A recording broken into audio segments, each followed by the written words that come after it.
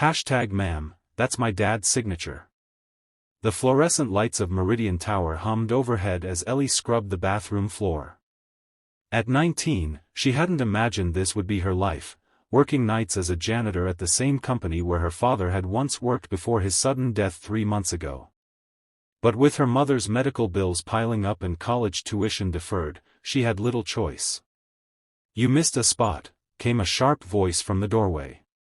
Ellie looked up to see Victoria Wells, the newly appointed CEO of Meridian Enterprises, pointing at a corner with her designer heel. At 35, Victoria had become the youngest chief executive in the company's history, known for her ruthless efficiency and impeccable style. "Sorry, Ms. Wells. I'll get it right away," Ellie murmured, pushing her mop toward the indicated spot. Victoria lingered, watching with critical eyes. "You're new here, aren't you?" 3 weeks, ma'am." "Well, attention to detail is everything at Meridian." With that, Victoria turned and walked away, her heels clicking rhythmically against the polished floor. Ellie sighed, blinking back tears. Her father would have been disappointed to see her here, cleaning floors instead of pursuing her dreams of becoming an architect. Robert Jenkins had always told her to reach for the stars, even as he worked tirelessly as a maintenance supervisor to put away money for her education. The following evening, Ellie was emptying trash bins on the executive floor when she overheard raised voices from the boardroom. "These designs are revolutionary," came Victoria's voice. "With the Jenkins Method incorporated into our new development, we'll corner the market." Ellie froze. Jenkins Method? That was her father's name. "The board is concerned about attribution," said a male voice. "If word gets out that we've appropriated." Robert Jenkins was a maintenance worker who happened to doodle building designs, Victoria interrupted. "He signed away his rights when he worked here. Besides, he's gone now, and no one will ever know." Ellie's heart pounded. Her father had always sketched buildings in his spare time, creating innovative designs that he'd hoped to patent someday. He'd talked about a breakthrough just weeks before his heart attack. Moving closer to the partially open door, Ellie peered inside. On the conference table lay several familiar sketches, her father's work, unmistakably. And at the bottom of one blueprint was his distinctive signature, the one he'd used on all his designs, a stylized RJ with a small star above it. Without thinking, Ellie pushed the door open. "Ma'am, that's my dad's signature." The room fell silent. 6 executives in expensive suits stared at her, but Ellie's eyes remained fixed on Victoria, whose face had drained of color. "Excuse me?" Victoria recovered quickly. "You're out of line. Please leave immediately before I call security." But Ellie stood her ground, her hands trembling.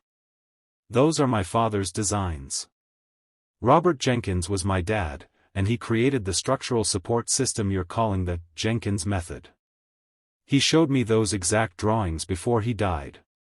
Victoria's eyes narrowed. "Your father was compensated for his work here.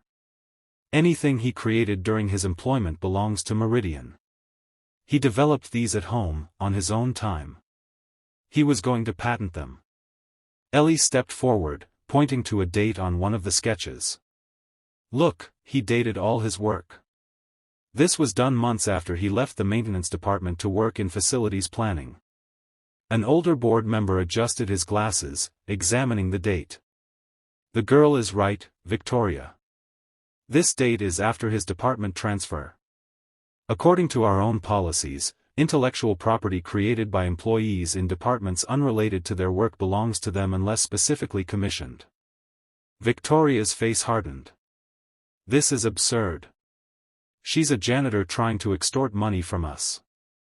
"I don't want your money," Ellie said, her voice growing stronger. "I want my father to receive credit for his work. He spent years perfecting these designs." "Get out," Victoria hissed. "You're fired." "Victoria," cautioned the older board member, "let's not be hasty." But Victoria was already calling security on her phone, and within minutes, Ellie found herself escorted from the building, her janitor's uniform still on, her belongings hastily stuffed into a plastic bag. Standing in the cold night air, Ellie felt despair wash over her. Not only had she lost her job, but her father's legacy was being stolen. With her mother's condition worsening and bills mounting, she had nowhere to turn. That night, in their small apartment, Ellie's mother noticed her distress. "What happened, sweetheart?" she asked, her voice weak from her ongoing battle with lupus. When Ellie explained, her mother's eyes widened. "Your father kept copies of everything. Check the old trunk in the storage closet." Sure enough, inside the trunk Ellie found duplicates of all her father's designs, dated and notarized, along with a journal detailing his development process and a letter addressed to patent attorneys that he never had the chance to send. The next morning, with her last bit of savings, Ellie visited a small law firm specializing in intellectual property. The young attorney, Marcus Chen, reviewed her father's materials with growing interest. "This is a solid case, Ms. Jenkins. Your father clearly documented his process and ownership. But going up against Meridian will be difficult.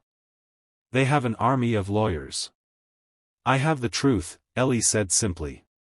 Marcus took her case pro bono, moved by her determination and the clear injustice. Over the following weeks, they prepared their case, gathering evidence and statements from former colleagues of her father who remembered his independent work on the designs. Meanwhile, at Meridian, Victoria was pushing forward with plans to use the Jenkins method in a high-profile development project that would cement her reputation as an innovative leader. The board, however, had grown uneasy after Ellie's confrontation. 3 months later, Ellie sat nervously in a conference room as Marcus presented their evidence to Meridian's legal team and several board members. Victoria sat stone-faced at the head of the table. "As you can see," Marcus concluded, "Robert Jenkins maintained full ownership of these designs. They were created independently, properly documented, and never assigned to Meridian. We're prepared to take this to court, but we'd prefer to reach an equitable agreement." The lead counsel for Meridian leaned over to whisper something to Victoria, who shook her head firmly. "These claims are baseless," Victoria declared. Mr. Jenkins was a dedicated employee who understood company policy. These designs were developed using company resources. Just then, the boardroom door opened, and an elderly man entered, leaning on a cane. Ellie recognized him immediately, Walter Meridian, the company's founder and chairman emeritus. "I apologize for my tardiness," he said, taking a seat. "I've been reviewing this situation carefully." Victoria's confidence visibly faltered. "Mr. Meridian, this isn't necessary. We have everything under control." Walter raised a hand to silence her. "I knew Robert Jenkins. He came to me personally about these designs 6 months before his passing. He wanted to ensure they would be properly developed, with fair compensation for his family."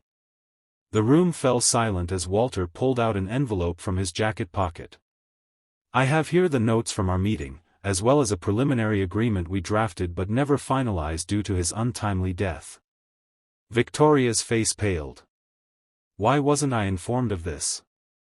It was before your time as CEO, and frankly, it slipped my aging mind until I heard about this dispute." Walter turned to Ellie. "Your father was a brilliant man who cared deeply about you and your mother. He spoke of your architectural aspirations with great pride." Tears welled in Ellie's eyes as Walter continued, addressing the board. "Meridian has always prided itself on integrity. We will acknowledge Robert Jenkins as the creator of this method, establish a scholarship fund in his name for aspiring architects, and provide fair compensation to his family for the use of his intellectual property." Victoria started to protest, but Walter cut her off. "Additionally, I believe Ms. Jenkins herself has inherited her father's talent. I've reviewed her academic records, and I'm offering her an internship in our architectural division, should she wish to accept." The resolution came swiftly after that. Meridian publicly credited Robert Jenkins for his revolutionary design method.